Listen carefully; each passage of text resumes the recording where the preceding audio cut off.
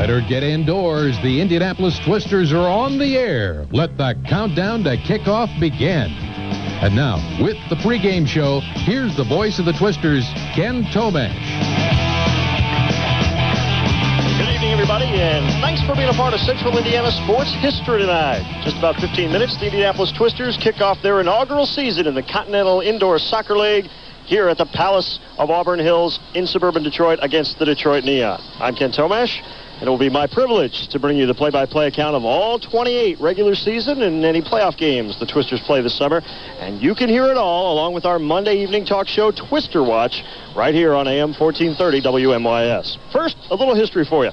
The Continental Indoor Soccer League, the CISL, began in the summer of 1993 with 7 teams, grew to 14 teams in 94, 15 teams a year ago, and 11 clubs will take the field this year. The Twisters are in the CISL's Eastern Division, along with the Dallas Sidekicks, the Houston Hotshots, Washington Warthogs, defending league champ Monterrey La Raza from Mexico, and these Detroit Neon, who they provide the opposition tonight. The Western Division boasts the Anaheim Splash, the Portland Pride, Seattle Sea Dogs, San Diego Sockers, and the Sacramento Knights, who were league runners-up a year ago. This Indianapolis franchise has gone from inception to reality in less than 4 months. It was back on February the 22nd that the CISL awarded the franchise to David and Rodney Goins.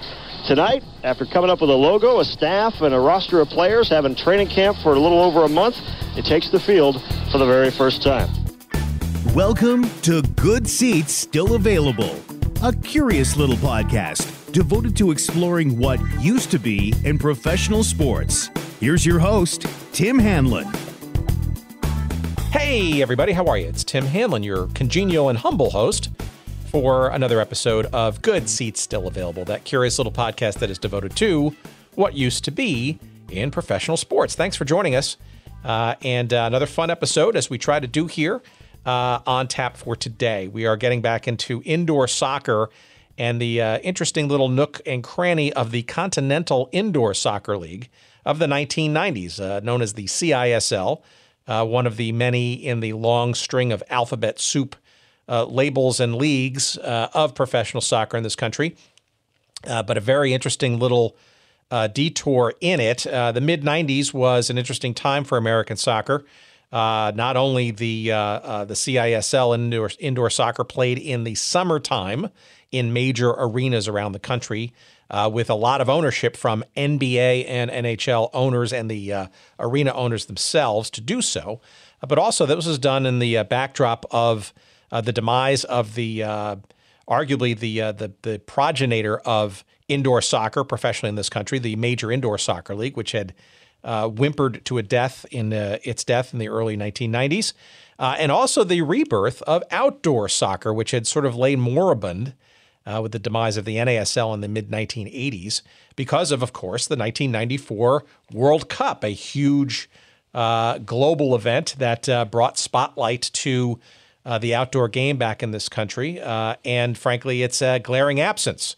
And of course, as part of the winning of that bid in 1994 was the guarantee to FIFA that another major professional outdoor league of substance would be born in the wake of the tournament, which it did in Major League Soccer in 1996. But that's for other discussions on other episodes. But today we're going to be talking about the backdrop of that for what is the probably the last major attempt at solid, top-notch professional indoor soccer. That is the Continental Indoor Soccer League, with our guest, Kenn Tomasch, who was the voice of the Indianapolis Twisters, later named the Indiana Twisters, in the last 2 years of that league, 1996 and 1997, and has some very interesting stories about the CISL, its formation, the Indiana/Indianapolis franchise is part of that,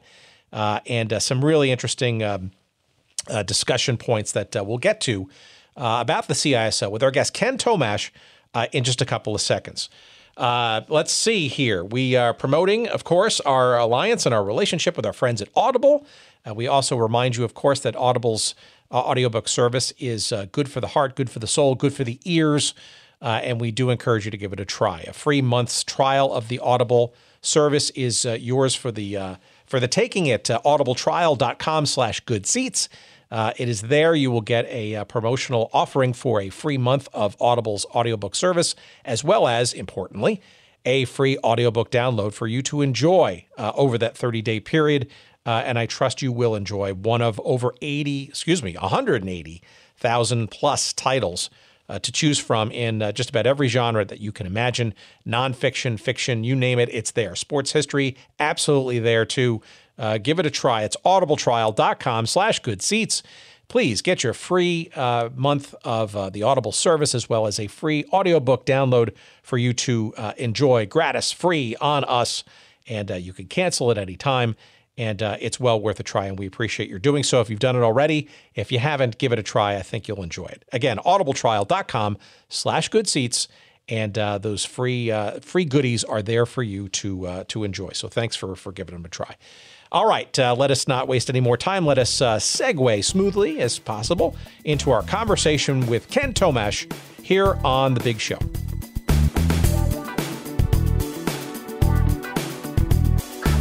I've always been a sucker for these kind of alternative leagues. I just think they're just remarkably fun. Sometimes they've been ramshackle, and sometimes they've been, outstanding. But they've always been interesting, and so I've just always been curious. Kind of like you, kind of have this fascination with, teams that don't exist anymore, and what it was like, and all the alternative ways of doing things. And it's just, why did they come into existence in the first place, and why did they go away? These are all interesting things to think about. Yeah, so let's start there. So why do you think? And then we can obviously get into your background, and then and we'll get into the CISL, which is kind of some of the kernel, I think, of what we maybe emblematic of this. But why do you think there's a fascination there? Maybe this is a personal sub-journey as well, but I'm always curious as to find out why people are similarly interested. Well, I mean, we all love sports in one way or another anyway, and so the more the better.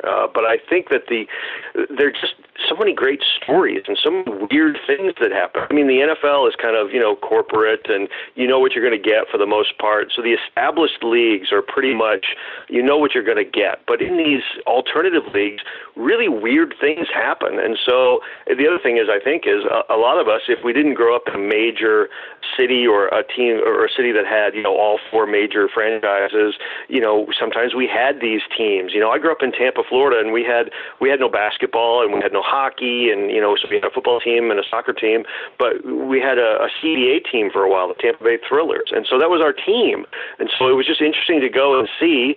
And one year they moved right before the playoffs. They moved from Tampa, Florida, to Rapid City, South Dakota. I mean, you're not going to see that in one of the so-called established major leagues. So that's just really, sometimes they're head scratching, but they're always interesting, and we have this emotional connection to them. Maybe because they were so weird, because they were like us. They had their foibles and they had their missteps, and you loved them anyway. Yeah, I think Tampa is an interesting market, right? Because especially, I think, for fans of this generation, and maybe frankly the embarrassment of riches now that Tampa has as a professional sports town. You go back to even the early '80s, certainly, I guess, definitely the '70s, right, when the Tampa Bay Buccaneers came in the NFL in 1976, and obviously the Tampa Bay Rowdies prior to that. Aside from that, there really wasn't a whole lot of quote unquote professional sports, at least at the top tier level, in the Tampa St. Pete metropolitan area until around that time, right? Right. When I grew up there, we had two teams basically. We had the Bucs, who were terrible, and the Rowdies, who were great. And I fell in love with both of them pretty early on for different reasons. I was just learning about sports and learning about football, and they went 0-26 to start. I mean, you how could you not feel for them? So I've been 40 years a fan of that team. But the Rowdies were winners, and they were flamboyant, and they had flair, and they had these great personalities, and so that's when I really fell in love with the game of soccer. But the rest rest of the Tampa Bay area, the Lightning didn't come around until 92, so we didn't have hockey. We did have the Florida State League, and I love the Florida State League. So we had the Tampa Tarpons, which was an A-ball Florida State League affiliate of the Cincinnati Reds, and they played at old Al Lopez Field, and my best friend and I used to go to games, so there was that. But seriously, probably the third biggest sport in the Tampa Bay metro area at the time when I was growing up was professional wrestling. I mean, championship wrestling from Florida with, guys like Dusty Rhodes and Ric Flair, guys like that, and their announcer was Gordon Soley, and it was on TV all the time. That was probably the third biggest sport that we had at the time. We didn't have a major college. The University of South Florida, which has football now, didn't then.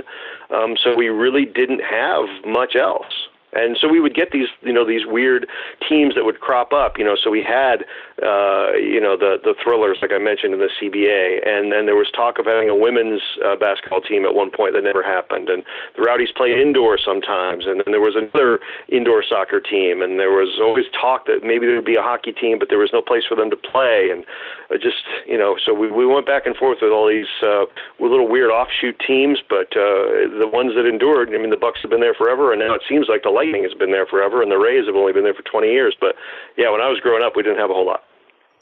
All right, but obviously there was something there in terms of sports and the potential of pursuit professionally to do that, and that led to an interest in a broadcasting career. So maybe you can sort of tie together some of your Rowdies memories with sort of your budding career interests and how that sort of blossomed from there. Oh, yeah. From the time I was 13, I wanted to be a sportscaster. I wanted to be on Monday Night Football. That didn't happen, but I was fortunate enough to be able to have a broadcasting career for 20-something years. I wanted to do that and went to the University of Florida to study broadcasting and was a local TV sportscaster for several years and did some play-by-play stuff on the side. And as it turned out, it took several years later and bring it back around to the CISL where we were originally headed, that was the first time I got a chance to get behind the microphone and call soccer. And from there, that led to doing outdoor soccer in the lower divisions, to doing Major League Soccer, to doing some international soccer, to doing more indoor soccer. So I was, for a time, able to do a whole bunch of soccer broadcasting. So it was a lot of fun. But yeah, it all really started with this fascination, this love for this team, this Tampa Bay Rowdies team, that was just so able to capture everyone's attention at that point in time for that brief window. So for those eagle-eyed listeners, or I guess you can't be eagle-eyed and listener, but our episode with David Whitford a number of weeks ago actually stumbled across a league that did come across your radar in your early fledgling career, the Senior Professional Baseball Association. And frankly, for those who are so inclined, either because of that episode or despite it, the only sort of surviving clips that are really out there that you can find on YouTube, with the exception, I think, of a CNN spot with the old Nick Charles and some others, is stuff that you actually produced when you were working at station WINK. I don't want to drag you back to the Senior Professional Baseball Association, but before we go further, any sort of memories of that sort of year and a half of interestingness? Yeah, that was super fun, too. And if you haven't listened to that episode of the podcast, everyone listening now, I encourage you to go back and listen to that. Yeah, here's where being a pack rat really helps, in that I saved a bunch of stuff. I just saved it, and I don't know what I was going to do with it, but it had been sitting on tapes for years and years, and I've been lugging them around the country. And now with the advent of YouTube and with the technology to be able to digitize those tapes, I thought, well, maybe there's a few people out there who remember this league. Maybe this would be of interest to somebody. But in any case, it needs to be preserved. Because, like you said, there's so little of it out there. So I digitized it and put it up there. That was fun because you talk about growth. I mean, Fort Myers, Florida now has a bunch of sports teams, and there's a bunch of stuff to cover. But when I was there in the late 80s to the very early 90s, we didn't have really much to cover. I mean, from when high school football was in the fall, and then some high school basketball, and there was a single-A Florida State League team in the summer, but it was up in Charlotte County. We didn't have anything to cover. So when someone said, hey, we're going to put a professional baseball team in Fort Myers, and it was going to be right down the street from my station where I was working, and you're going to have all these great names in the league that they were talking about, and Raleigh Fingers and Ferguson Jenkins, and those guys were going to play in the league. We were like, hey, this is like getting a major league team for us. And so we covered it like it was a major league team. We went to all the games and covered all the games and did live shots before the games, and just as if we had a major league franchise in town. Now, the populace didn't exactly see it that way, and they didn't respond to it in major league numbers. But I got to meet a lot of cool people and had a lot of fun covering the games, and got to see some of the guys who I had grown up watching play, and then to get them when they were in a little different place in their lives. As David Whitford said on your podcast, they were a little different. They weren't playing to be stars. They were playing just because they loved to play, and they all had those great stories. And I found out a lot of them were really cool guys to be around at that stage in their lives. So it was a fun while, but it was a mess because however well-intentioned it was, they really didn't know what they were doing. They overestimated the market, and like you saw, it collapsed halfway through the second year, which was unfortunate.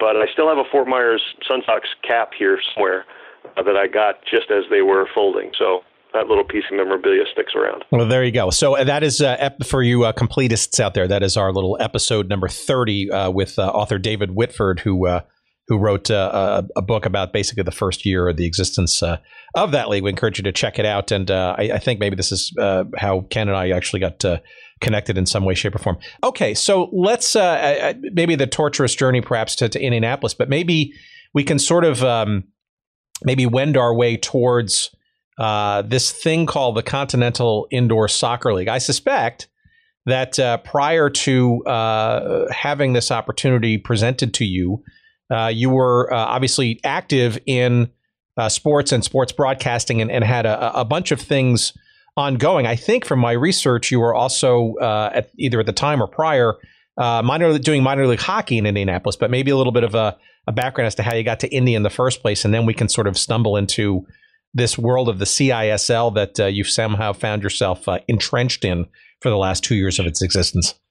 Sure. So I was in Fort Myers working at Wink TV, and your objective at that stage of your life when you're in what was a small market at the time is to get to a larger market. So I was putting out resumes. I had an agent getting me, trying to find me jobs on my behalf, and found this job at the ABC station in Indianapolis. So my wife and I moved to Indianapolis in 1992.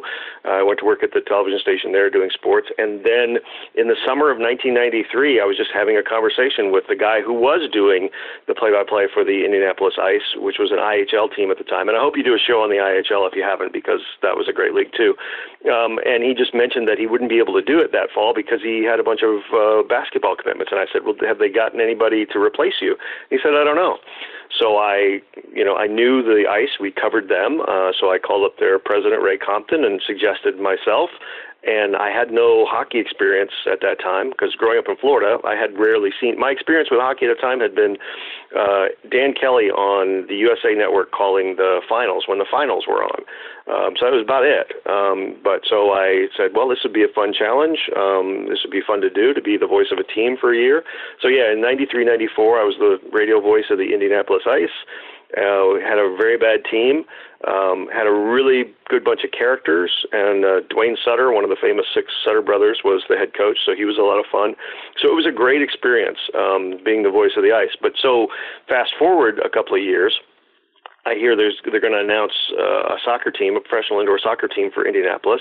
I'm thinking, well, there's a chance. I mean, there's certainly nobody in this town who's done indoor soccer play-by-play, including yours truly.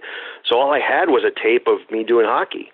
So after the press conference, I covered the press conference. I was still working at the TV station at the time. I went up to the owner and I said, I want to do play-by-play for you. Here's a tape. And that was in February of 96.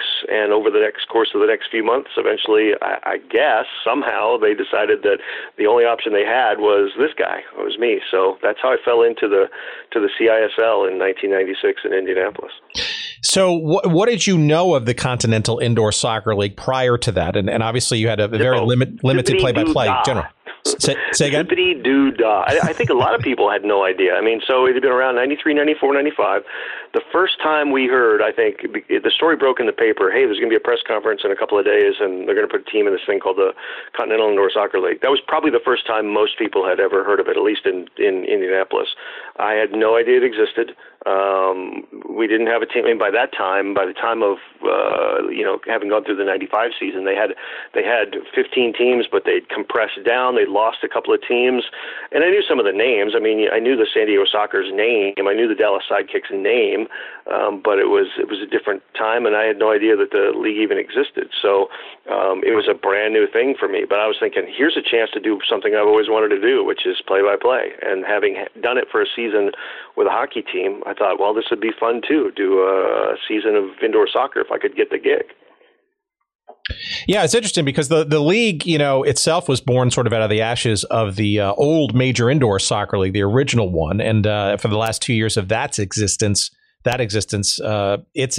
was known as Major Soccer League, which was, I think, sort of an attempt to kind of clunkily try to bridge into some outdoor and indoor stuff together and sort of harmonize across a yearly schedule, all that kind of stuff. And yet, here you have sort of the rebirth of indoor soccer after all that sort of that stumbling and demise in the early 90s. You had a bunch of arena owners sort of ring-led by Jerry Buss and Ron Weinstein, of the LA Lakers and MISL LA Lasers fame, basically saying, hey, you know what? This idea actually is not maybe bad. It's probably just bad being directly competitive with the NHL and the NBA during the winter months. How about during the summer? Yeah, and Ron Weinstein obviously worked for Jerry Buss, and he had this idea, I'm sure Dr. Buss owned the Forum at the time. It was like, hey, how do we fill some dates? Here's a chance maybe to fill 12, 14 dates in the summertime. And like you said, the MISL/MSL had kind of petered out and disappeared. What was left of its franchises went one of two ways. A couple of them went into the NPSL at the time, and a couple of them, then Dallas and San Diego, said, well, we're going to go into this league. Now, I know where Ron Weinstein is. I haven't had a chance to catch up with him yet. I've always wanted to hear what that sales pitch was like, telling those teams, those storied teams, hey, let's play in the summer instead of the winter where you've had lots of success. But he pulled it off and was able to find some other arena owners to come together to put together a 7-team league in 1993. And so there they were. 1993, they actually had a league, and it actually played all the way through, and they had 7 teams, and interest was pretty high because they doubled in size by the next year. Well, we'd certainly love to find Ron Weinstein for a conversation, so we'll put a little push pin on that one and see if we can mutually figure out a way for a future episode on that. But so I guess as you became aware of it, and obviously in a more concentrated way as an actual gig for the local franchise in Indianapolis, what of soccer in the summer? Because I think it's important to remember that around this time is when obviously the World Cup was in the United States in 1994-ish, and you also had the mandate from FIFA to create or recreate a top-tier Division I professional league outdoors in the United States, which obviously didn't start until 96. But that's the backdrop of this idea, right? So the idea of doing indoor soccer in the summer made sense a lot, I guess, in the late 80s, early 90s when the idea was being formed. But, real professional outdoor soccer was also starting to, shall we say, recoalesce. You're right. And so two things did happen, right? So when CISL launches in 93, 94, 95, they basically have the summer to themselves, and things went pretty well. I mean, the first year, they averaged just under 5,000 a game. They boosted that up to about 5,200 a game and about 5,400 a game in 95, and really had a really good year, almost 6,000 a game in 1996, going head-to-head against this new thing called Major League Soccer. So, but that was a little bit of a blow. What people didn't realize is that when the original NASL went under, all we had soccer-wise, basically, for the next 10 years or so, was the indoor game, which was to some, a hyped-up version of outdoor, very exciting, and to others was a bastardization of the game. But that was what we had, and the indoor game was very successful into the mid-'80s, and then its luster kind of faded a little bit towards the late 90s, or late 80s. So here we are, mid-1996, this new MLS has begun. Really, it's the soccer that is traditional, that people understand, and competing head-to-head. So that was the first thing that would kind of started to chip away at the CISL. And the other thing was the WNBA, which came along the next year. So all these NBA owners who, by the time 97 got around, there was a handful of them left in the CISL, went with WNBA teams as a brand extension of their NBA teams, and they found that it was a little easier to sell and something that their salespeople knew more than indoor soccer. And so it was a little easier for them to make that transition from men's basketball in the winter, women's basketball in the summer. And I think those two things really put the nail in the coffin of summer indoor soccer. And as we've seen over the last 20 years, the growth of outdoor soccer at all levels has siphoned off the best talent from indoor to where indoor soccer today is just a shell of where it was in 1996. I mean, there's nobody today who's as good a player indoors as Tattoo was or as Preki was, and those guys played as recently as in Tattoo's case 15 years ago, or maybe less, and in Preki's case played indoor 20 years ago. Yeah, so I want to come back to that in a little bit about sort of the state of indoor soccer or the state of outdoor soccer and all that kind of stuff, because I think it's really, really true, right? What you're saying is that, and even a generation before those players that you mentioned, like the Steve Jungels of the world and the Stan Terleckis and the Freddie Gugurevs, and I mean, these are there's a point at which the best talent in soccer was playing indoors, because like you said, there really wasn't a whole lot of outdoor stuff out there that was worth pay, that could be paid for, and it was sort of, and some of these were really tremendous players, and the National Soccer Hall of Fame is in abeyance until it gets relaunched next year. But you wonder how some of the indoor game should be remembered as part of this long and torturous history of soccer, because, like I said, the best players are out there, and frankly, some of them made the transition back outdoor, like a Preki, right? The Hall and I'm a Hall of Fame voter, the Hall and I have had this discussion before, and the new executive director of the Hall is a friend of mine, so he and I need to have this conversation again, that I think you can't tell the story of soccer in this country by ignoring indoor. Now, there are some people in the Hall of Fame who, like you said, who did play indoors, but they're in because of their outdoor accomplishments. Like, I voted for Victor Nogueira every year that he was on the ballot. He made it on the ballot because he had a substantial outdoor career, but I voted for him every year because he was probably the best indoor goalie of all time. That's just this little thing that I have. I think that there needs to be some space carved out in the actual Hall of Fame to recognize this facet of the game, which kept soccer alive in this country from 1985 till 1996 when MLS launched. And I think that for the staid traditionalists, indoor is a weird bird, because it's not enough like outdoor for outdoor people, but it's too much like outdoor for some other people. So it's always had this kind of weird niche in the middle for people who are okay with what we call human pinball. But I think, our Hall of Fame isn't telling the whole story of the history of the game in this country if it continues to ignore the stars of indoor and the great stories of indoor. And I don't know if they ever will. Well, all right, that's another crusade that I'd love to chat with you, and maybe we'll figure out some rationale on how to sort of tackle that, because the NASL, of course, was very much, I mean, arguably that was the launch of indoor soccer back in a sort of a tournament kind of thing. So you're right, it is intertwined. I couldn't agree with you more. All right, but so let's talk about late 95, early 96, right? So it seems that 95 or in 1995, the Continental Indoor Soccer League, about 3 years under its belt, it's up to 15 teams. It breaks a bunch of records that year both on the field as well as off the field. I think Dallas had a game with the Sidekicks of over 16,000 at the Reunion Arena. And it seems that despite some bizarreness, I guess, and at the end of the season you see I think there were 4 teams that folded. This seemed like it was, they had a Prime Sports Fox TV deal. There's a car dealership sponsorship thing. It seems like it's on the up and up. And in steps, I think the only expansion franchise for 96, the previous Indianapolis Twisters. So maybe you can give us a sense of what you knew about this as it was announced, as it was launched, and what you were sort of walking into. We were kind of learning on the fly because, like you said, yes, 95, it was this big league, 15, which was until recently the largest indoor league that had ever been. But Pittsburgh folded, Las Vegas folded, a year after winning the championship. They won it as an expansion team, and then they folded the next year. The team in Mexico City went under. You were stepping into a league that was kind of teetering a little bit. You still had some really strong franchises. Dallas was still Dallas, and they still had Tattoo, and they still had great crowd support.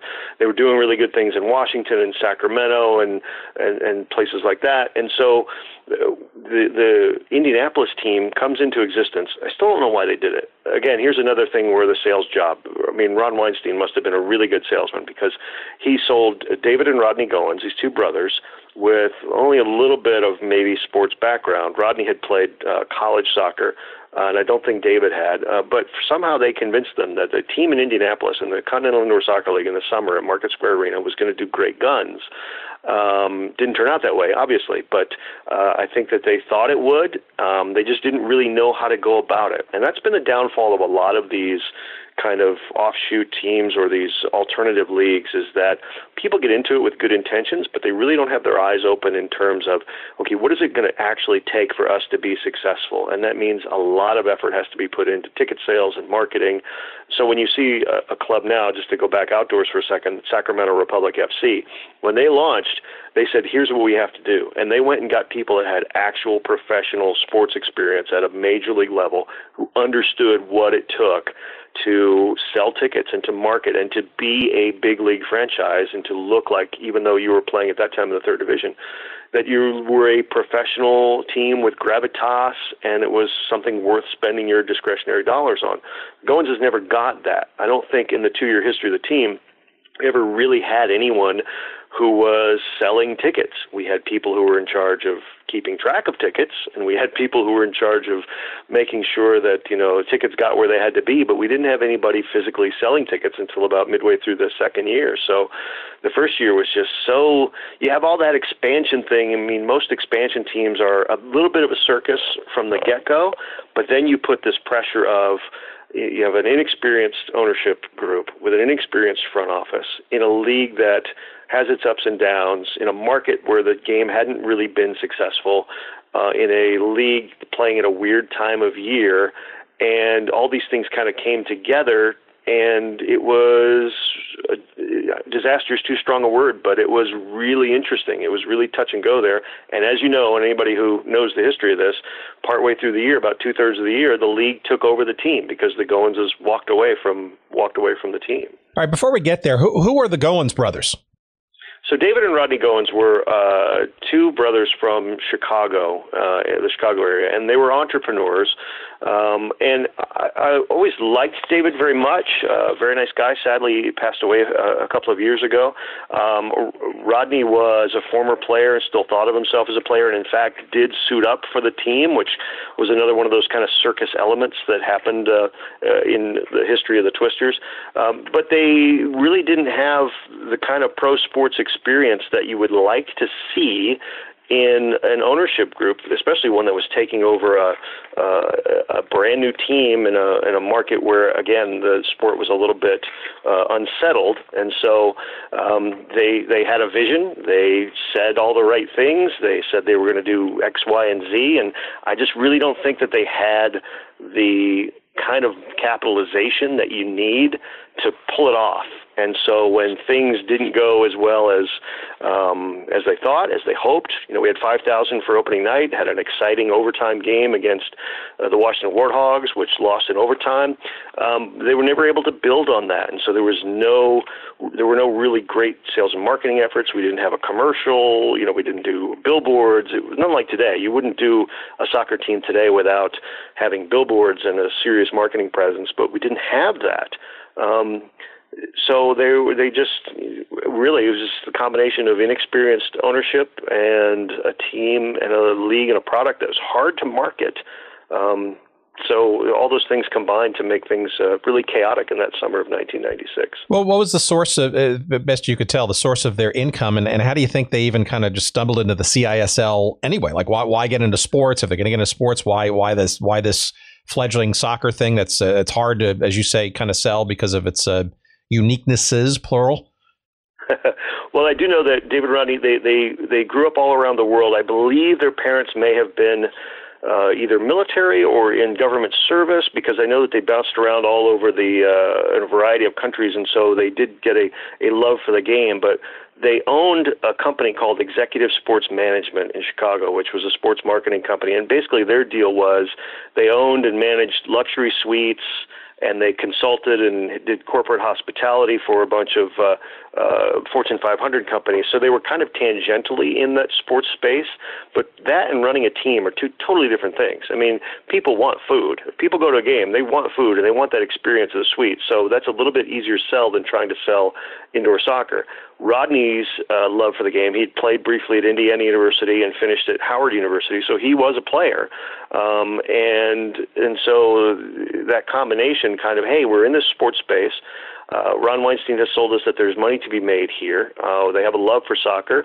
Yeah, let's do it. I can only speak to what I know from that is that that's probably the genesis of it. And I'm certain that by the summer, by August of 1996, they were regretting that decision, obviously.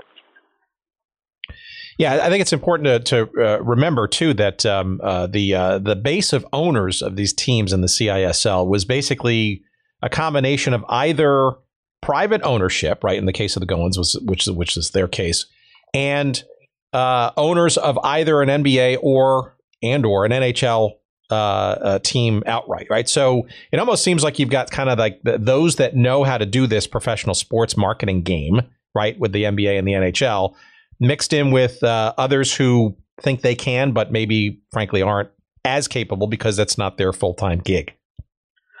Right, agreed. I mean, Washington, they did well. Abe Pollin got it and hired a bunch of people. Mike Evans was their general manager, and the Warthogs did well and drew good crowds. Why they were one of the teams that went away, I don't know, while others survived. Jim Thomas in Sacramento, at least they had an idea. They had connections to the community, and they could leverage some of their existing infrastructure to make their indoor team more successful than it might otherwise be. And in Detroit, basically, they just gave away scads of tickets. I mean, they had basically their season paid for by the sponsorship agreement with GMC that saw them be the Detroit Neon for the first few years, and then finish up as the Detroit Safari when GMC gave them, I don't know, $1 million+. So basically, the Neon / Safari were just giving away tickets left and right. So that was their business model. But yeah, and other teams were kind of like the Goins brothers, or like in San Diego, where they weren't owned by an NBA or NHL team. Seattle was, and they had the trouble, I think, of, if you've ever been to Seattle in the summer, you'd much rather be outside much of the time than go inside. So that may have played into it as well. But yeah, so the CISL was kind of interesting hodgepodge of people with not only different backgrounds and different strengths and weaknesses. They eventually came to have a different vision of how things should go. And that led, I think, to the tensions that eventually broke up the league. Yeah, I actually lived in Seattle in 96, 97, went to a couple of Sea Dogs games myself, Fernando Clavillo behind the bench, etc. Yes, a few thousand of us rattling around on a summer evening. Key Arena. Key Arena, that's right. All right, so in steps Kenn as the voice of the Twisters, right? So maybe a little background, a little fun, a little memories, if not fun, maybe just memories generally. What is it like to be the quote unquote voice of a team? You're on a relatively you're on the higher end of the AM dial. You got a show that's also beyond just the games themselves, called Twister Watch. Give me a sense of sort of how well thought out this was, or how much you had to kind of think that through as part of this adventure you were starting. Well, we had a guy named Matt Dockstader who was kind of setting up a lot of these kind of infrastructural items, and so he hired me to be the voice of the team. Went out and got the radio deal, hired my good friend Dan Capsalis to do color, and we were a great team. We were great friends, and we hit it off really well, and we had a lot of fun. So the thing about indoor is, it's always exciting. So at least you had stuff to get excited about during the course of a broadcast. If you're doing expansion outdoor soccer team, you're going to lose a lot of 1-0, 2-0 games. Maybe that's not the most exciting thing, but at least in indoor, there's going to be lots of goals scored. So we did have a lot of fun, even though the team was struggling. We were struggling to put wins together. But yeah, so we were playing a couple 3 nights a week and traveling. We were doing all the games on the radio except the ones in Monterey. That's the reason for that we'll get to in a bit. So yeah, and and then we had a weekly kind of call-in show where we'd have people on from the team. We'd have players on. We'd have coaches on. So it was, we were giving it our best effort from the standpoint of we were on an actual radio station, which is not something necessarily that would happen today because now everything's online. And we had an actual coaches show, for lack of a better term, a call-in show once a week. And it was lots of fun. It was new for a lot of us. I mean, I had grown up watching the MISL Game of the Week on USA Network, and it was almost always Sloboda and the St. Louis Steamers and, Jungle and the New York Arrows who were on. And so getting back to that a little bit and being able to be the voice of a team was a lot of fun. And quite frankly, indoor is a lot like hockey in terms of how you call it. So having had that experience of a year of calling hockey, the transition was not as hard as it might otherwise have been. Things really did get a little wonky because crowds weren't there and money pressures got tight. And we kept hearing rumors about, are we going to make payroll or what's going to happen? And then Weinstein would come into town, have big closed-door meetings with the owners, and he would leave, and we would think that everything would be fine. And then 2 weeks later, things would start to go pear-shaped again. So it was a chaotic summer. All the while, we're trying to, get this team's footing underneath it and trying to win some games and go into places I hadn't been in a while. And so it was a lot of fun, but it was really weird at times. It's just weird to be part of the inner workings of an expansion organization that's going through the growing pains. But it's actually a pretty big commitment, right? A brand new franchise in a still fledgling league, unproven. And here you are with a year, you got a full season long radio deal with a coach's show, if you will. And that's actually a pretty interesting and solid commitment media wise, at least. So that seems like that was a smart idea. No? Yeah, it seemed in theory, yeah. And I've always been of the mind that there are worse ways to spend your marketing dollars than to put your games on radio and or television, because every one of those broadcasts is a 2.5, 3 hour commercial for your game and your sport. And so in that respect, they got that part right. And I don't know how many people listened, but I do know that that part of it was a pretty good outreach to the community, and that was what they were intending to do, to look big league. You couldn't really look big league unless you had some sort of a media presence.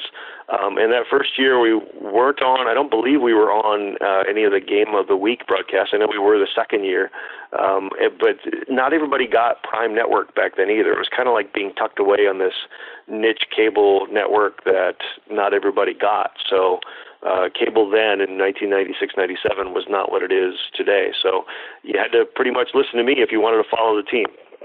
And listeners to our show can indeed relive some of those episodes, because Kenn on his blog, Kenn, Kenn, don't forget the second N.com, has a page devoted to a couple of pages to the Twisters, but there's a whole page devoted to with all just about a pretty comprehensive set of broadcasts. So you can literally click on them and on any of the episodes and any of the games, and you can actually hear the voice and the enthusiasm and the perhaps a little bit of the background, I guess, maybe of the season going in interesting directions right there, literally game by game there on Kenn's websites, which I thought was really interesting, really neat, and also interesting to hear sort of the quality of the on-air broadcast kind of waning and waxing depending on how the stars and the clouds were aligned that evening with I'm assuming a wattage that sort of changed as the day changed to night. Yeah, I don't think to be MYS, and actually all those recordings I think are recorded. I think I had them recorded back at the studio, so they would have been coming through at the time the phone lines to do that. This was before ISDN and before voice over IP and all this. So you were kind of at the mercy of the AT&T at the time, or whatever the phone company was, getting your voice from point A to point B. So yeah, here going back to being a pack rat, saving all these things. So I saved all of these cassettes, and almost all of the broadcasts survived. So I digitized them all and figured, you know what, again, maybe 3 or 4 people out there are interested, but I thought they should be preserved for posterity. So they're all out there. All the ones that I have are out there, and you can listen to all the Indiana Twisters games that exist from those 2 seasons. And yeah, we had some interesting broadcast setups as well. I mean, I borrowed the broadcasting equipment was actually borrowed from the Indianapolis Ice because the guy who succeeded me came back in as the broadcaster for the Ice. Ken Double was a friend of mine, and rather than go out and buy all of our new broadcast equipment, since we were playing in the summer and the Ice were playing in the winter, we just basically leased their broadcasting equipment. So I was at least used to the setup, and it's a pretty decent setup. But there were some nights where it just didn't work. So I remember doing an entire game in Detroit, actually speaking like I'm speaking to you on a handheld phone held up to my ears. And by the time the game was over, I couldn't unclench my hand because it had been wrapped around this phone receiver for 3 hours. So I had to pry it out of my hands. And there were other places like in Portland, I remember trying to convince an operator to reverse the charges so that we could actually get on the air because it was a West Coast game. It was very late. We couldn't get anybody in the office. And here I am. I need to get on the air, but I had to convince the operator from Portland or wherever she was to reverse the charges so that we could actually get our broadcast on the air. So, yeah, fun times in broadcasting with a nascent team. All right, I'm not going to ask you at what point did you question your sanity. I'll get to that in a little bit later.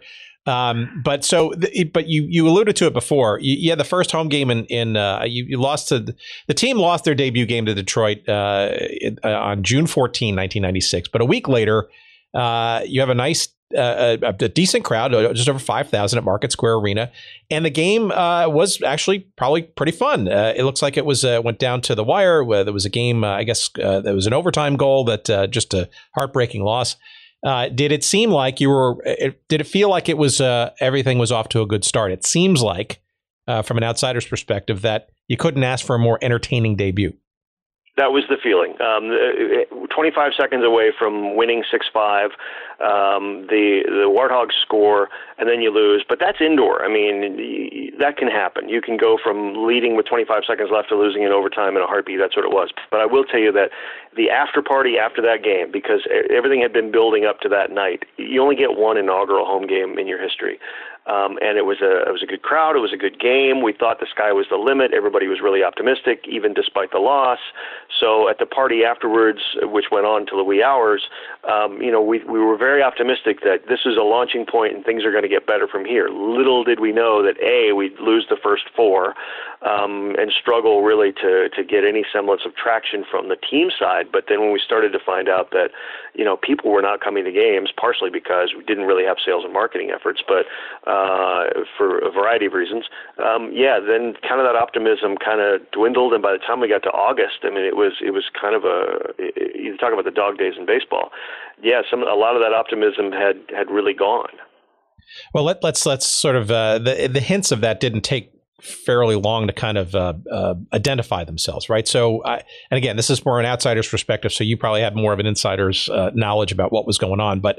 And by the way, Ken has also got some really good blow-by-blow, date-by-date history points about the first year of the Twisters as well. And I think folks who grew up or watched those games will probably remember a bunch of these. But it seems to me like the first sort of hint of questionableness, I guess if that's a word, is in July, not a month later, where Rodney Goins decides that he's going to keep his title as president, but he's going to kind of work towards joining the team as a player, and then there's a new general manager that comes in. What's that all about? Right, and this is where it became obvious that we were struggling to draw people at the gate, and that someone had to come in here who had some semblance of an idea about how you sell and market a team. Bob Wilbur, good guy. Actually, you should get him as a guest as well. Now I think he's just written a book as well, so he's had a varied career. So he comes in, new general manager. Rodney was miscast as a general manager. What he really wanted to do was play, which he eventually did. But yeah, Bob Wilbur comes in. At least he was the grown-up in the room in terms of his experience in pro sports. Now, when you come in halfway through a season, there's very little that you can do to correct things for that season. And because those things take time, it takes time to build those relationships. It takes time to find those sponsors and to sell those tickets and, get groups together and things like that. So Bob was kind of behind the eight ball from the get-go. And so ownership, being impatient as ownership often is, it really didn't stabilize things that much. Rodney, like I said, becoming an active player kind of added to the circus atmosphere. To the players on the team, they kind of looked side eyes at this because, Rodney had scrimmaged with the team, and there's usually this demarcation that you're either team side or you're front office side, and if you try to go from one to the other, there's going to be a little bit of tension there. Rodney was not a bad player. Had he not tried to drop ship himself into the game, halfway through after it had been years since he had played outdoor soccer, that'd be one thing. But he was certainly not a difference-making player. And by the time we got into that summer and got into late July, early August, the team was actually playing a little bit better. We had some dramatic, some fun wins, but the crowds just weren't materializing, and we were starting to think that, hey, maybe the optimism that we had after game one was a little bit premature, and that things were, rumors are flying, and, like I said, Weinstein's flying in to try to have meetings and try to correct the situation. And by the time we get to late August, things just went completely pear-shaped.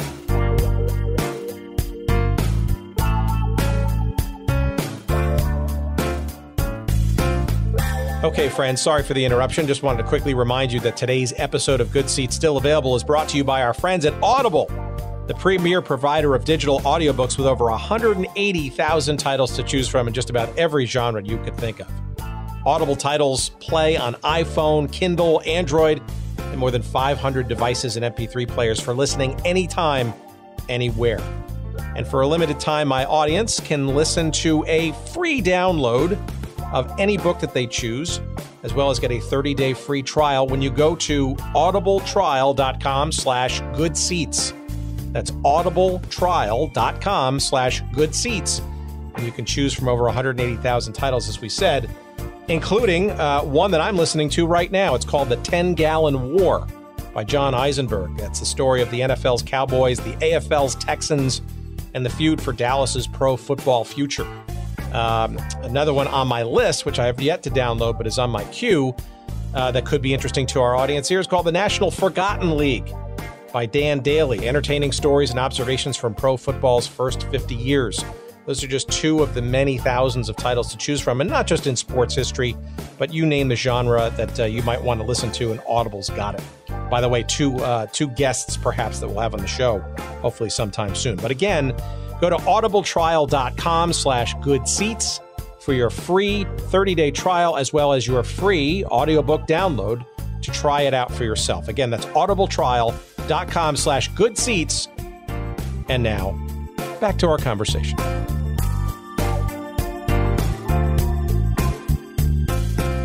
So how are you interpreting July and August then?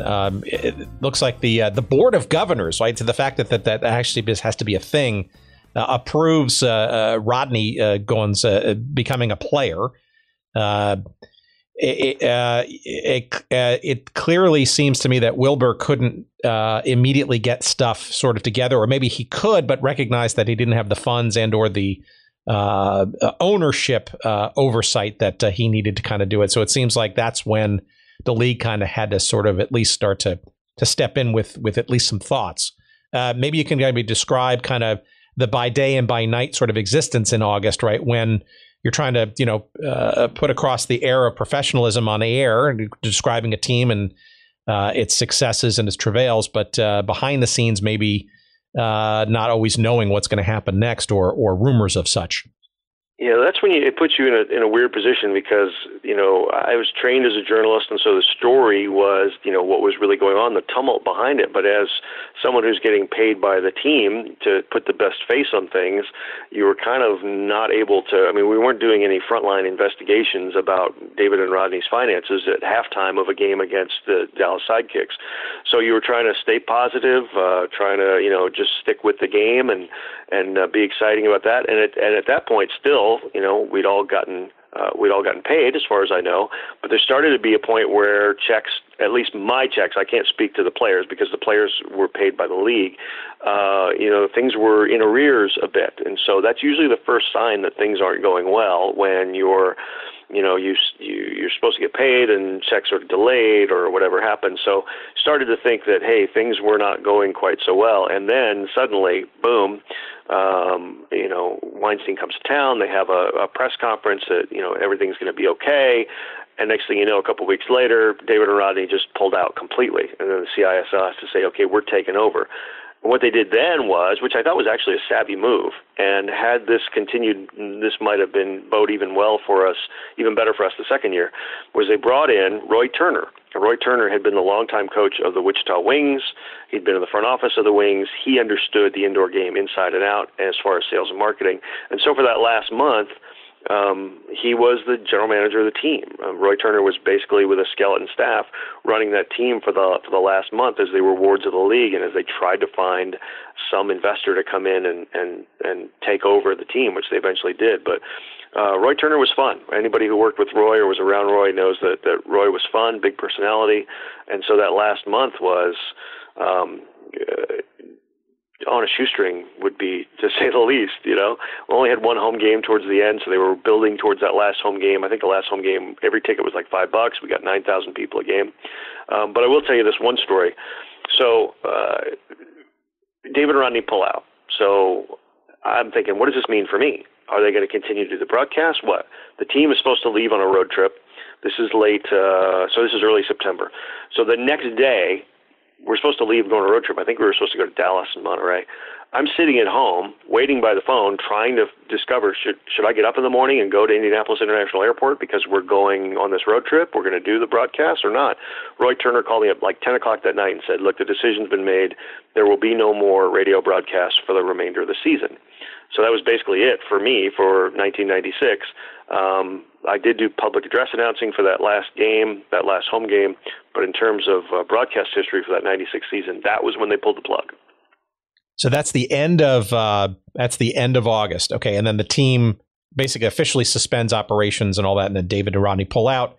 CISL takes on this in September. So, but I want to go back to a point. So you said before about people getting paid, right? Interesting point, right? The CISL paid the players as part of the league. So this was not the franchise's direct responsibility. The players were employees of the league, right? And I think this was also a bit of the novelty of the CISL in that it was single entity, which at the time was still a bit nouveau, right? Right. And so what it was so the league actually wrote checks to players. Everything came out of the league office, I guess, which was in California. But each team had a monthly assessment. So every team had to put in, their money every month so that the league was able to pay the players. And they had A contracts and B contracts and C contracts and local player contracts. So it was basically the structure where if you had an A contract, I want to say it was like $3,000 a month, maybe $3,500 a month. And then a B contract was either $2,500 thereabouts a month. And this is all gross figures. And then a C contract less than that. And then there were some local players that you could literally pay $75 a game because they were just local guys who you'd find in your local league. And so, so there was this kind of quasi-single entity structure. It wasn't really set up, I don't think, as an LLC the way Major League Soccer is. But there were some of these elements of the league having control over paying the players and of league-wide sponsorship deals, which trickled down to everyone else. It was kind of an interesting setup there at that time. Didn't save them, obviously. So while you're not doing the broadcast, though, you're still an employee of the team. You're doing the public address stuff. No. I wasn't an employee of the team. So I was an independent contractor, basically. I basically had nothing to do for the last month. But then they did say, look, we're going to have this one more home game. Will you do public address announcing? I was like, okay, fine. I don't have anything else to do. That's fine.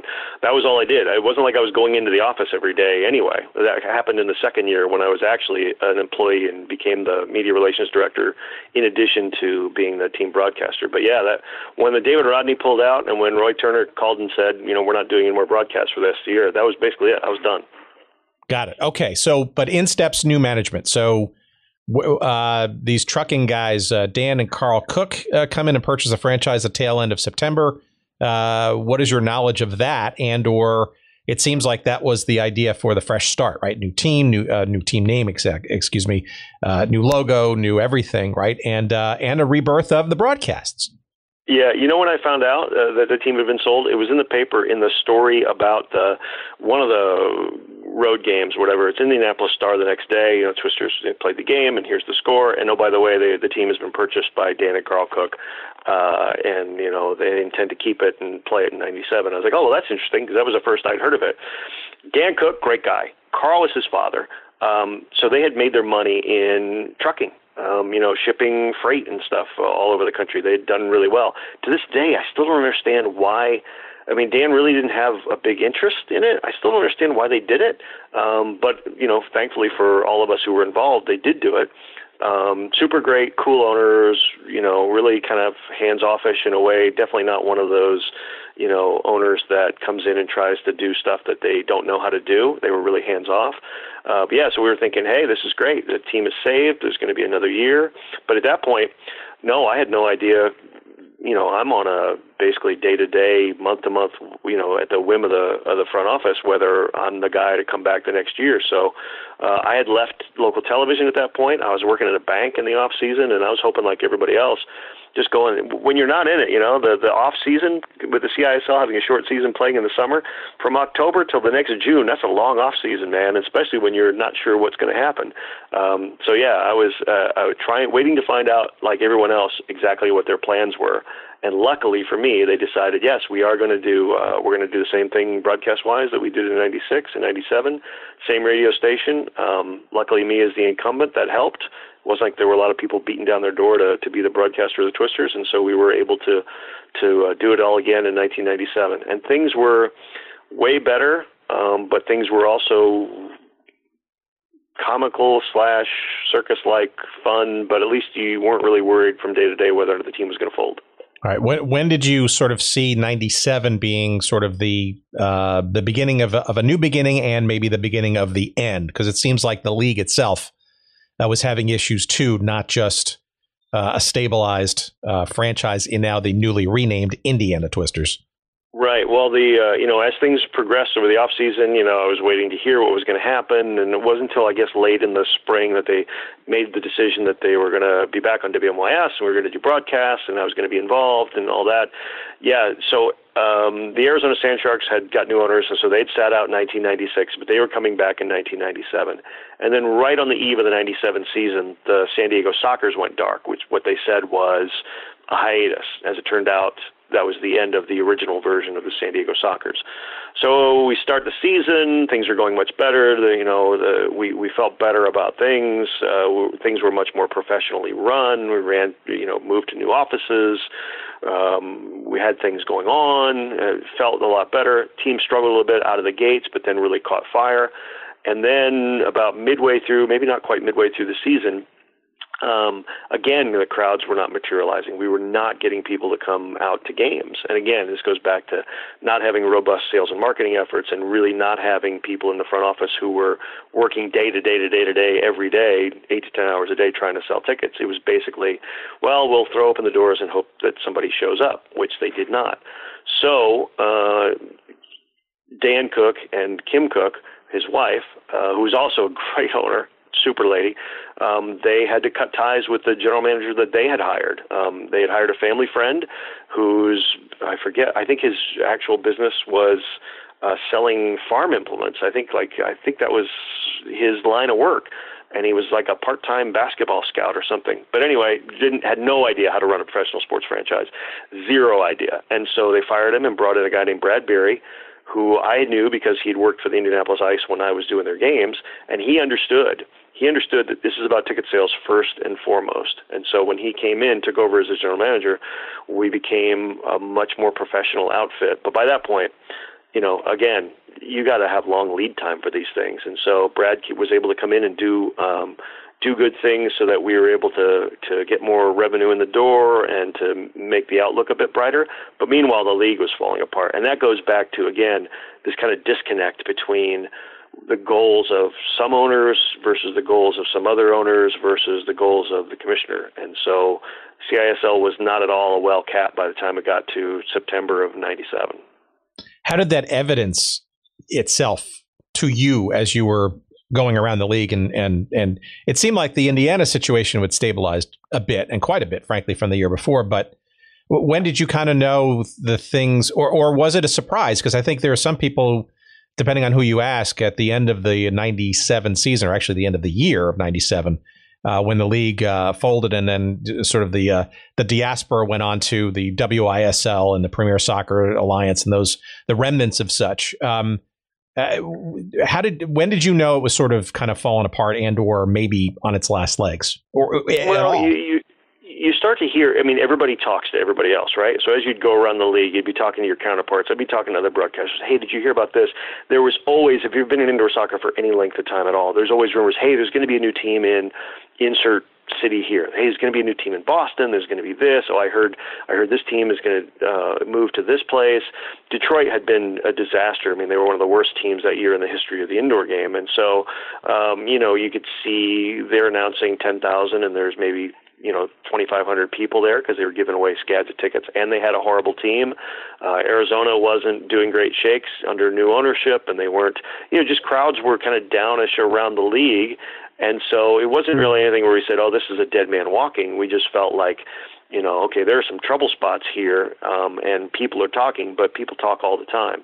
So as we went around and around to places, you'd talk to your counterparts, but we were so caught up in the fact that, by this point, the Twisters themselves are playing really, really well, and we really had a chance to maybe win a championship. So all those other things were not first and foremost on our minds. It was like, hey, we've got an exciting team that's playing really well, and lots of fun things are happening. And the money problems were someone else's responsibility at that point, even though they were going to directly affect all of us. We weren't. That wasn't our primary concern. So quickly, let's talk about the play though that you saw for the 2 years, both the team as well as the league, because it seems like it was a hell of a lot of fun, and it seems like it was marketed as an experience, as an entertaining opportunity. It was a soccer, of course, indoor style, but the music and the announcements, and it seemed like some of those maybe breakthrough ideas or presentation concepts from the old MISL really took on sort of new life. If you look at some of the videos of these games, it seems like it was a family entertainment experience, or at least tried to be marketed as such. Yep, you're exactly right. And they had adapted many of the things that had made the original MISL successful. And it helped, too, that, there were a lot of great indoor soccer players still in the CISL at that point because they hadn't gone outdoors. We still had Tattoo, who's one of the great players of all time, but guys like Zizinho and David Doyle and Marco Lopez and Mark Thomas and Dale Irvine, who's my all-time favorite player. I mean, we had really good players in the league, and so the quality of play was very high. It was very exciting. It was a lot of fun. And so it was a good product that they were putting out on the floor. It was just a weird time of year to try to do it.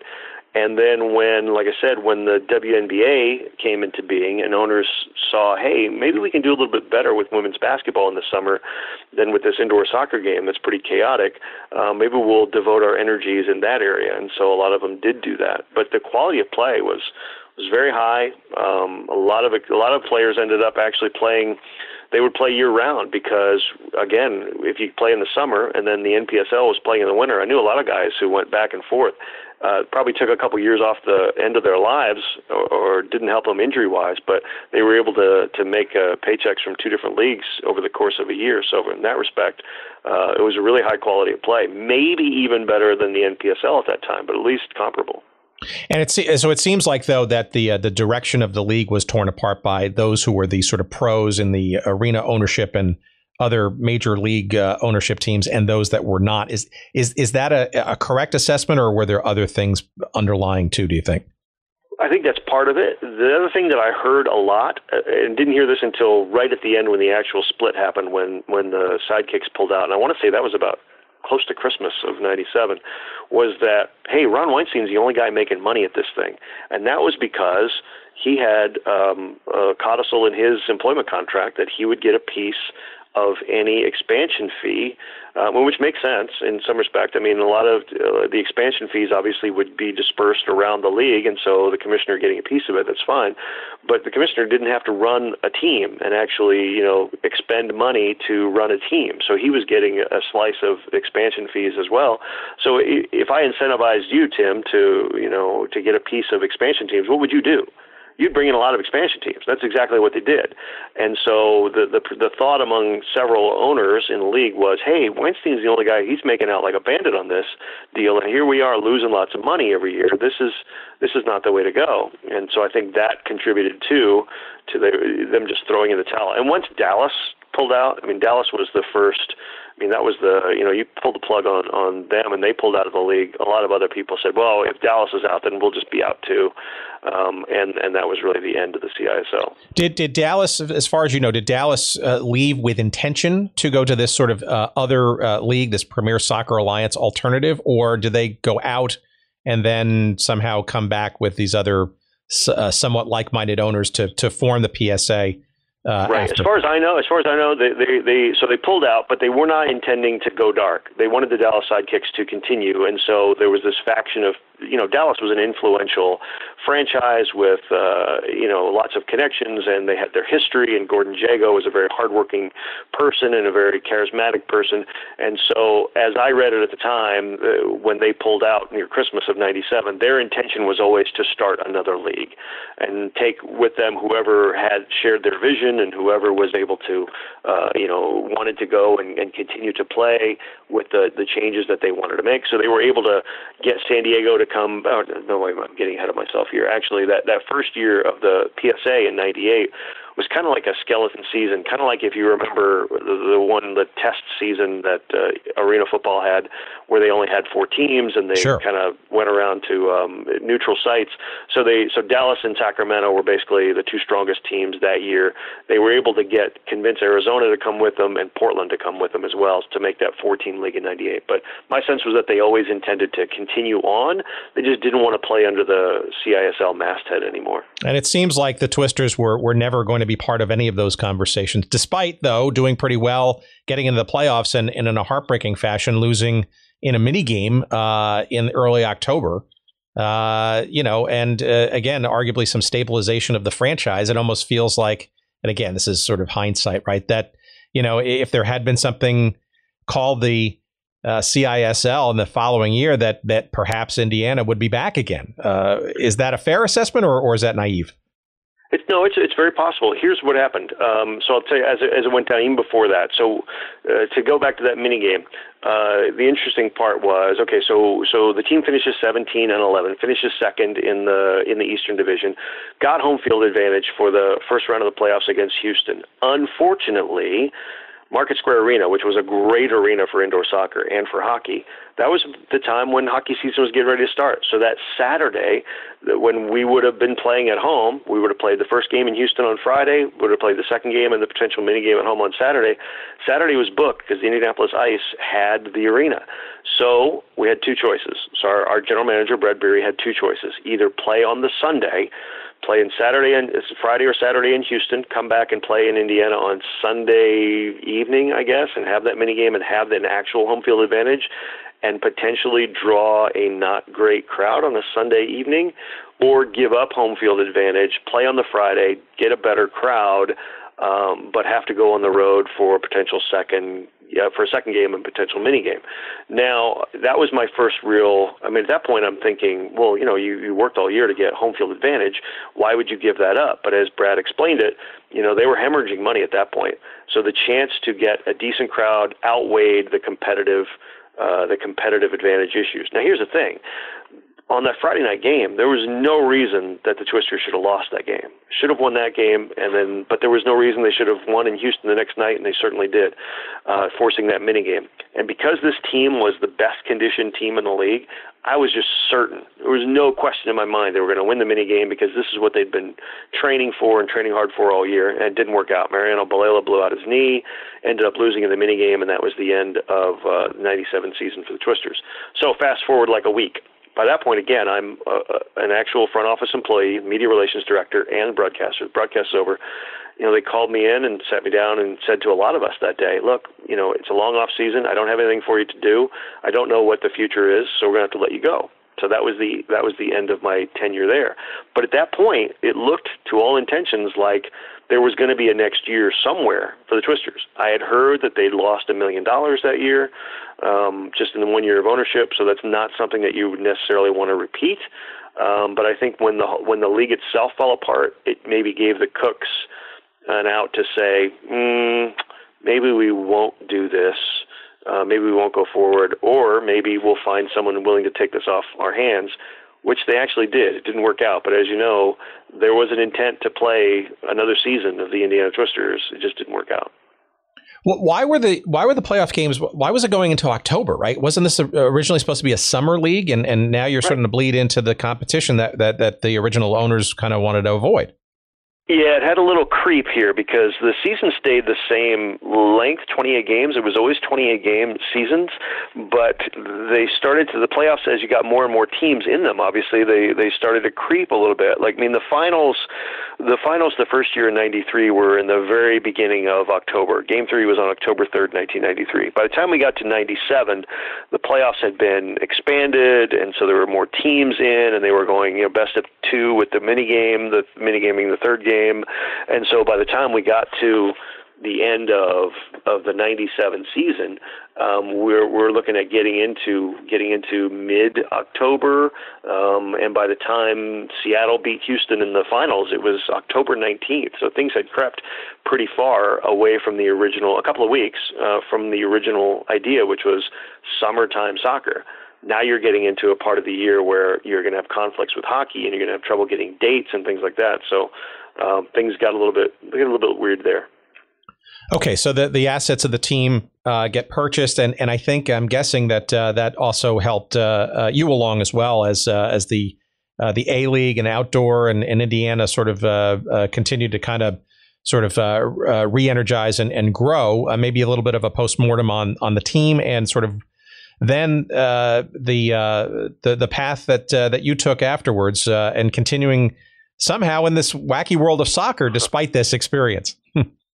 Well, the end of the Twisters really can be summed up this way. Losing Houston on that playoff game, I think our flight out the next day wasn't until like 6 o'clock. We couldn't get a flight out of Houston till like the following night, maybe 5, 6 o'clock in the evening. One of our players and I started drinking at like 10 o'clock the next morning. Now, anyone who knows me, I don't drink anymore, but I was never a big drinker. But this guy started at 10 a.m. I was out by like 10:30, 10:45. He kept drinking. By the time we got to the airport, was completely blitzed. And so he gets on the plane. He's blitzed. He's being belligerent. He's just being what he thought was playful, but was really overbearing on the plane. This was the first and only time in all my years of flying that I've ever actually seen authorities come onto an airplane and physically remove someone. It wasn't like they dragged the guy off like happened earlier this year, unfortunately, on an airliner. But the police did come and escorted this player off the flight. One of the other players said, "Well, I'm not going to let him, sit here overnight in jail by himself." So he got off the plane as well. So they sat in Houston overnight and flew back home the next day. And meanwhile, everyone else, including our head coach, just kind of sat and chuckled about it. And I was thinking, this kind of sums things up, doesn't it? Here we are, just lost in the playoffs. One of our better players getting thrown off the airline on the way home. What the heck else can happen here? And as we come to find out, that was the last act, actually, of the Indiana Twisters. But it didn't swear you off of the sport of soccer, because you stayed involved, right? You did other broadcast work. So what's weird is, at the time that we get to that '97 season, an outdoor team had launched in Indianapolis in what was then the D3 Pro League, the third division, the Indiana Blast. So being one of the few people in town, again, with any kind of soccer background at all in terms of working in a front office, kind of fell into doing media relations for them as well. Get to the end of '97, their owner pulls out. So they get purchased by a new owner, a guy named Alex Morris, who owned a third-party administrative insurance company in town. He buys the team. And then somehow over the winter, I think he was friends with the Cooks as well. I think they were pretty good friends. Somehow Dan Cook convinced him to take over the assets of what was left of the carcass of the Indiana Twisters, with the intention of then putting them into the NPSL in '98, '99. And that didn't come to fruition, because in '98, Alex Morris lost his shirt with his outdoor team. And so there just weren't the funds to run the dream of an outdoor team all winter or all summer and an indoor team in the winter that would have shared, front office and would have shared some of the players. The players were looking forward to being able to stay in one place and play for two teams, and it didn't happen. And I'll give you an interesting thing here too, Tim. When the team was going to come back, it wasn't going to be the Twisters, and here's why. Have you ever played foosball? Sure, of course. Okay, so some of the foosball tables. There was one of the brands of foosball tables had a big, I think it was called a tornado. So it had a big T in the middle, had a soccer ball on it, and it had what looked like wind going around it, kind of in a tornado-like thing. Well, they actually sent us a cease and desist order because they didn't want us. Our logo at that time was soccer ball around a kind of a vortex of a tornado-ish type thing. And they said it was too similar, causing confusion in the marketplace. So had Indiana come back into the NPSL in 1998, we were going to be the Indiana Vortex.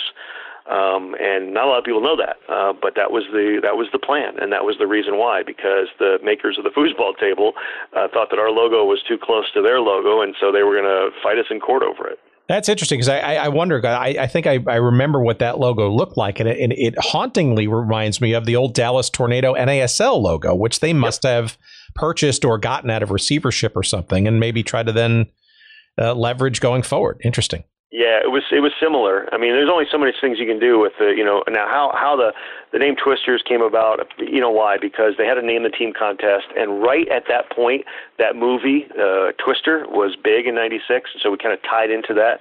So so that's how the team got named. I don't know who designed the logo. I don't know how that turned about, but yeah, as you look at it, the first year, so it does have that kind of vortex. It was red and black the first year. By the second year, when we had green and purple as colors, it was a little bit different. But yeah, it was basically that kind of vortexy, tornado-ish type logo. All right, a couple of things to wrap up, and I appreciate you're spending so much time on this, but this is good. This is fun to sort of not only reminisce, but also to maybe sort of keep these sort of in the history books, right? Because these are things that that need to be, I think, remembered, and we all learn from what happened in the past. We think those who ignore it, of course, are doomed to failure. But we try to sort of memorialize these things, but it's interesting to me though that there's a whole bunch of things that sort of seem very thematic in these things, right? We hear about sort of owners that sort of come and go, and their sort of rationale for why they get involved in the first place, despite not having any pronounced background or any qualifications, it seems. So that seems to be a theme. The tenuousness of franchises and making payroll and the processes of such. But I'm also surprised that you would not have sworn off the sport of soccer, or perhaps there had been something that you just felt was so strong and worthwhile to continue to pursue, because you obviously continued to do so. When you moved to Chicago, the Chicago Fire, obviously, you have many people in the Chicago area remember you from the broadcast back in the mid and late 2000s, and the reincarnation of the MISL again, MISL 2, with the Chicago Storm for 2 years, where you were the broadcast voice of. How did you not renounce yourself from it, or what got into your system to say, I'm going to keep doing this? Well, when you fall in love with the game when you're 12, 13 years old, it's not something that you give up on easily. So the game itself, I've always been in love with, but I also loved calling games. And if someone was going to have a team and someone was going to put on games and they were going to need a broadcaster, I wanted to be the guy who did those games. And so when I eventually moved from Indianapolis to Chicago, I had known the people in the front office of the Fire, Peter Wilt and Steve Pastorino, because in Indiana and back then we had kind of a loose affiliation, not like it is today, but we were kind of the affiliate of the Chicago Fire. So I knew them from that, and they knew me, so I was able to fall into doing some public address announcing for them, and then that led to doing some radio, and that led to those last few years doing the television on Comcast Sportsnet Chicago as well for the last 3 years, 05 to 07. But along that same time, the MISL, as indoor soccer has always done, we feel we've got to have a team in Chicago. Probably had more teams in Chicago than any other city in the country has had an indoor team. And so that came to be in the summer of 2004. And a friend of mine was their PR director, so I had an in there and ended up doing those games. So from 04 to 06, I was doing indoor in the MISL with the Storm, and then going straight to outdoor with the Fire, and then back into indoor, and then back into outdoor. And so that was a lot of fun. And I just never wanted to really stop broadcasting the game or being around the game. And so after the Fire, I moved to Arizona for family reasons, and I still had my hand in the game. I did some Big Ten Network soccer on television, did the USL Game of the Week in 2011, and did a handful of games for the local team here a few years back. But for the most part, I haven't done any broadcasting in about 5 years, and I'm totally okay with that. It's just one of those things that ran its course. It was fun.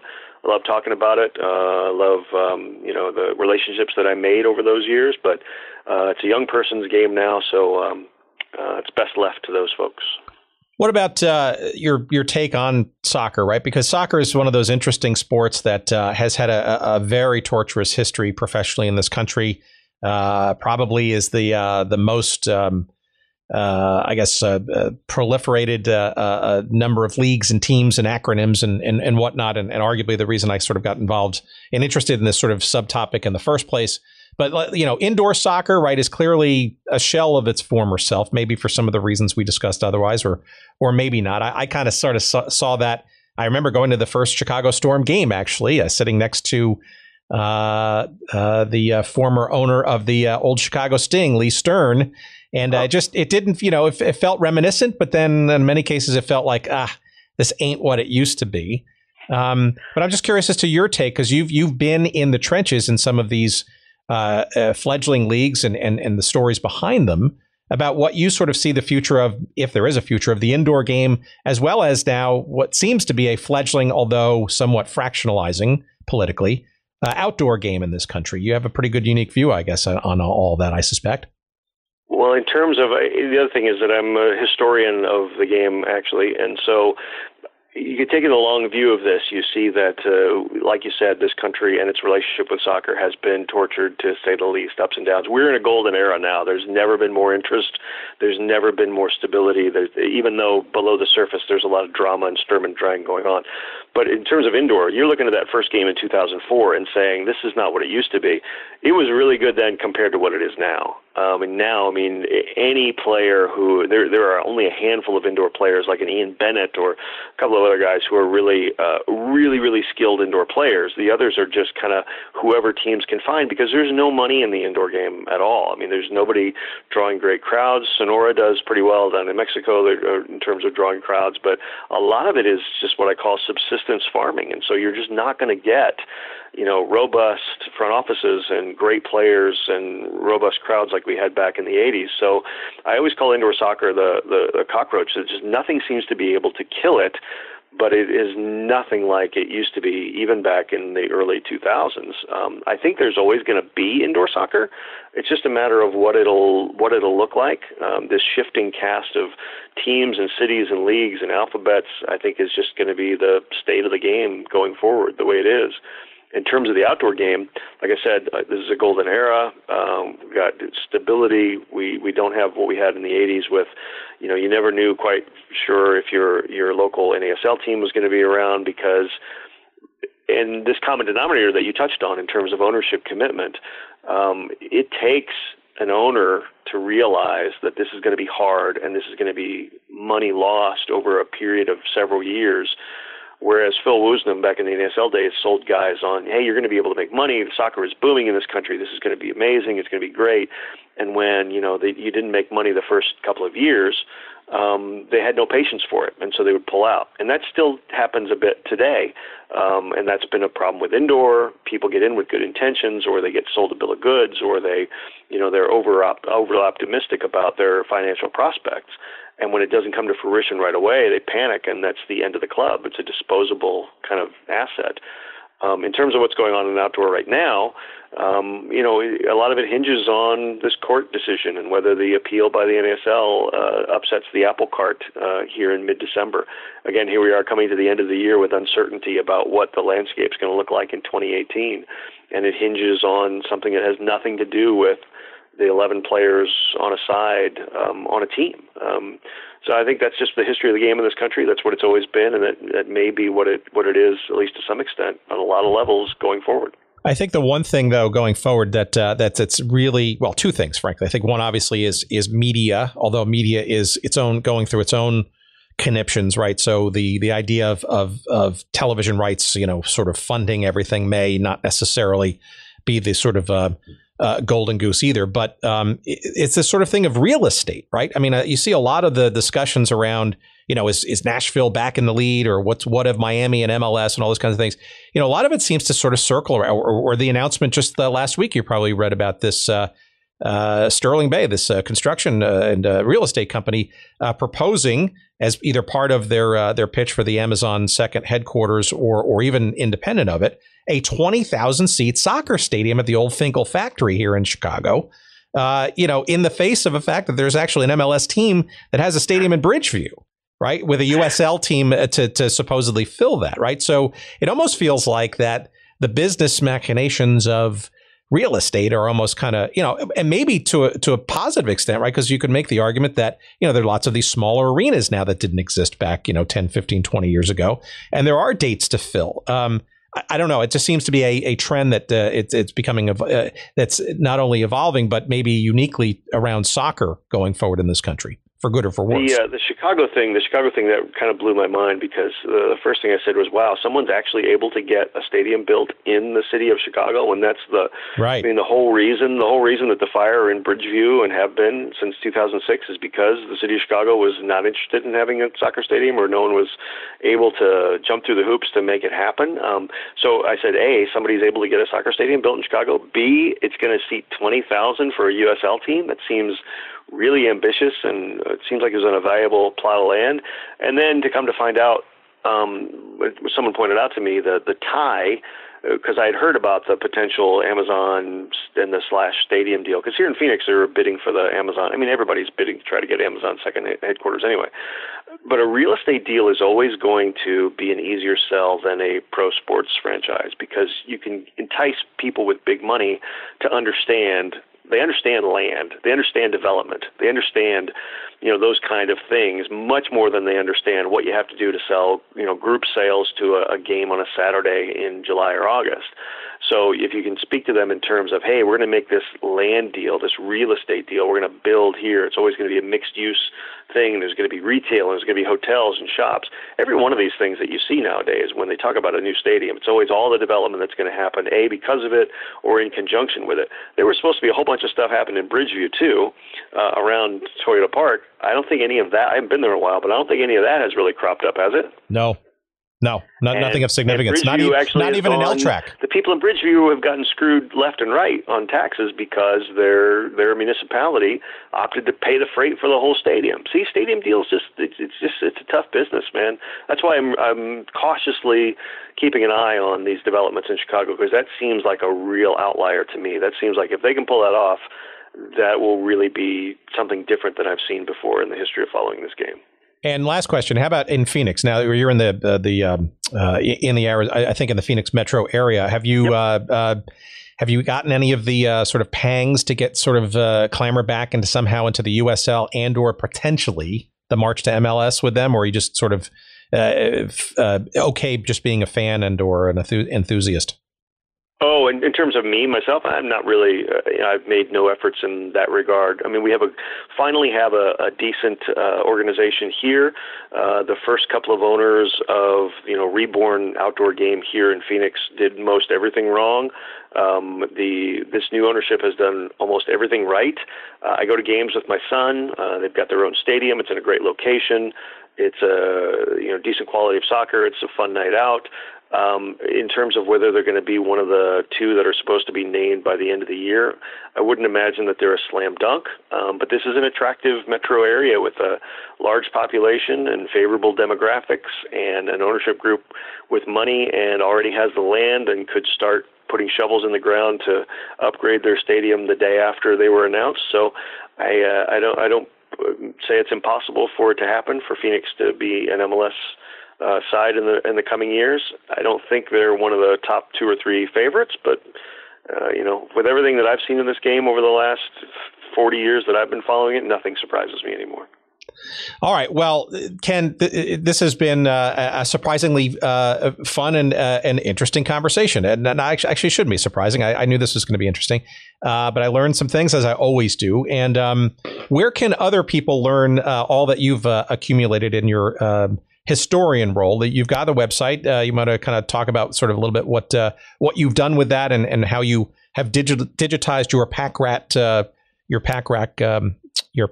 ratness online. We're coining a lot of words here today. I am. I'm good at it, and sometimes not good at it. Yeah, Kenn.com, KENN.com is just a place to basically put all this stuff that I don't have any other place to go that maybe nobody else is interested in, but maybe people who would listen to this show would be interested in. So if you go to KENN.com, I mean, kind of one of my things is attendance figures. So I keep track historically of as many leagues as I've been able to find and through attendance figures, because I think those things should be written down somewhere. And like you said, video clips, audio clips, and other things that just strike my fancy from time to time. It's not something I make money off of. It's not something I sell advertising on. It's just basically a place to hang stuff out, the public bulletin board, and if anybody wants to check it out, they can do that, and I'm grateful for anybody who does. But sometimes some of this stuff, like I say, interests just me, or maybe now you, or maybe some of the listeners of your show, and that's a good thing, because I don't think we should lose this history, because it's fun and it's interesting, and like you say, it keeps drawing us back in no matter what we do. I agree. I think you undersold it. There's just a chock full of data and fun stuff in there that I think, frankly, is one of the only places where some of these nooks and crannies of various soccer histories exist. So you are to be commended. And I hope that, as you mentioned earlier about your relationship with the folks at the National Soccer Hall of Fame, I actually very much agree and underline your beliefs that the indoor game should absolutely be not only remembered, but a very strong part of the history and the undercurrent of the celebration of soccer in this country. And you've lived it, and that kind of stuff is important, and that's partially why we do this show. So we and I thank you tremendously for going down memory lane with us to do that. Oh, it was great fun, Tim. I appreciate you having me on, and I will continue to be a fan of the show and listen to other things that transpire. Because, like you said, I mean, these, I'm showing my age, but these kids today, they don't really have an idea of kind of the fun stuff that happened back in the day. I know you've had my friend Andy Crossley on. I mean, here's another guy who, just loves these short-lived and alternative things that would be lost otherwise. And I think that it's just important that we don't let these things just fade into the ether to where no one ever hears about them again.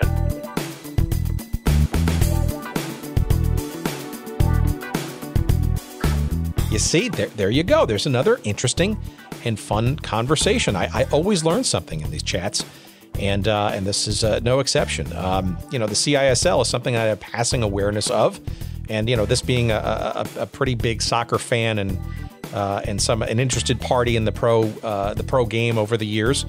Even have gone to a couple of CISL games in Seattle back in the day.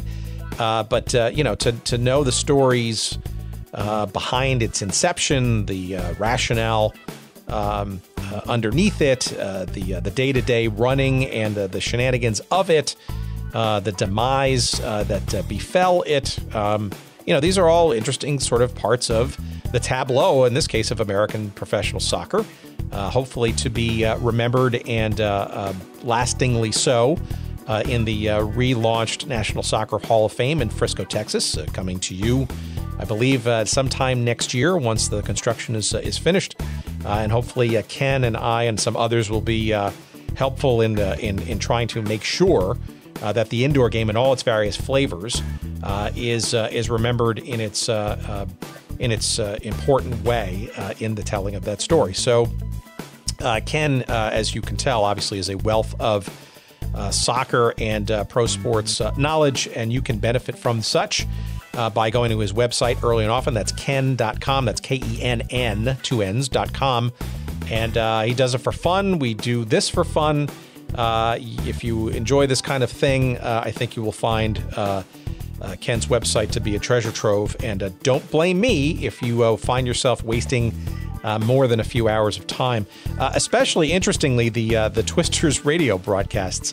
literally the entire 1996 season, at least until the team's backers pulled out, and the entirety of the 1997 season, including those playoff games against the Houston Hotshots, are there for listening, and it's a fun stuff. It's a trip through nostalgia. It wasn't all that long ago, frankly, but it's a great testament to and a real understanding of what was going on in those days.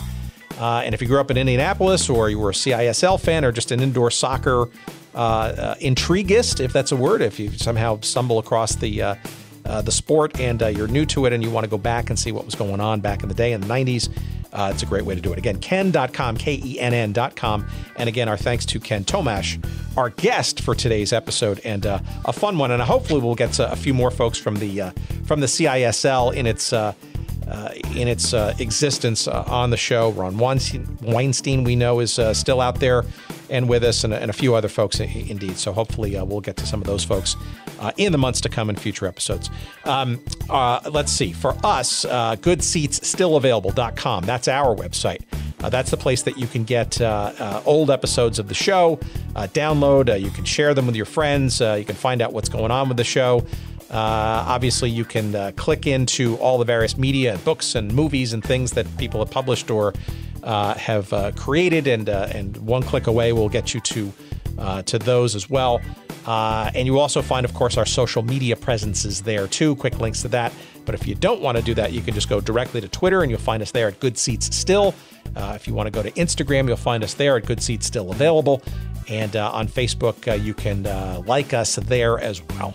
Again, thank you so much for listening. And of course, we want to thank our friends at Podfly Productions for putting this monstrosity together every week. Despite their efforts to avoid me, they do a tremendous job in putting all these pieces together. And we can't thank Corey Coates, Jerry Payne, Eric Begay, and David Gregerson, and the entire team at Podfly Productions enough. And that's podfly.net.